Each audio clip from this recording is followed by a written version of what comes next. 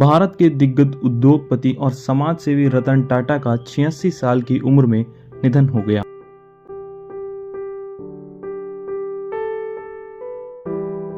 टाटा ने अपनी जिंदगी में जो योगदान दिया वो भारत के औद्योगिक और सामाजिक इतिहास के स्वर्ण अक्षरों में दर्ज रहेगा। रतन टाटा का जन्म 28 दिसंबर 1937 को गुजरात के सूरत शहर में हुआ था। वह नवल टाटा और सोनी टाटा के पुत्र थे। जब रतन 10 साल के थे तब उनके माता पिता अलग हो गए थे, जिसके बाद उन्हें उनकी दादी नवाज़बाई टाटा ने गोद लिया था।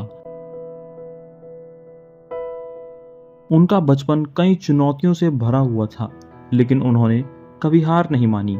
टाटा की शुरुआती शिक्षा मुंबई के कैंपियन स्कूल से हुई थी। उसके बाद उन्होंने विश्व कॉटन स्कूल शिमला में अपनी पढ़ाई जारी रखी। बाद में उन्होंने river dry country school New York और कर्नल विश्वविद्यालय से आर्किटेक्चर की डिग्री हासिल की। अपनी शिक्षा के दौरान उन्होंने हार्वर्ड बिजनेस स्कूल से भी व्यावसायिक अध्ययन किया। रतन टाटा ने अपने करियर की शुरुआत टाटा सूमो से की, जो उनके परिवार द्वारा स्थापित कंपनी थी।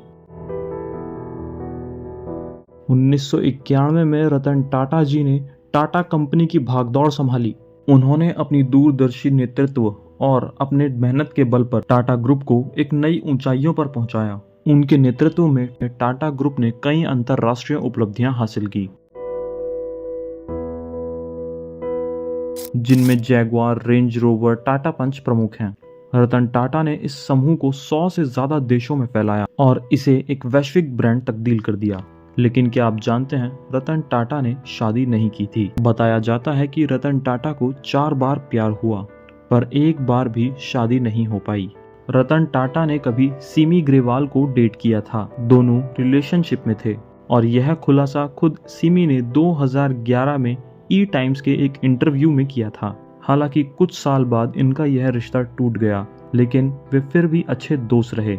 रतन टाटा जब सिमी ग्रेवाल के शो में आए थे तब उन्होंने कई खुलासे किए थे। सिमी ग्रेवाल ने रतन टाटा जी से पूछा था कि उन्होंने कभी शादी क्यों नहीं की। जवाब में रतन टाटा जी ने कहा कि बहुत सारी चीजें ऐसी हुई जिन्होंने मुझे शादी करने से रोक दिया। टाइमिंग सही नहीं रही और फिर काम में इतना मशहूर हो गया कि समय ही नहीं लगा। मैं कई बार शादी करने के नजदीक पहुंचा पर बात ही नहीं बनी।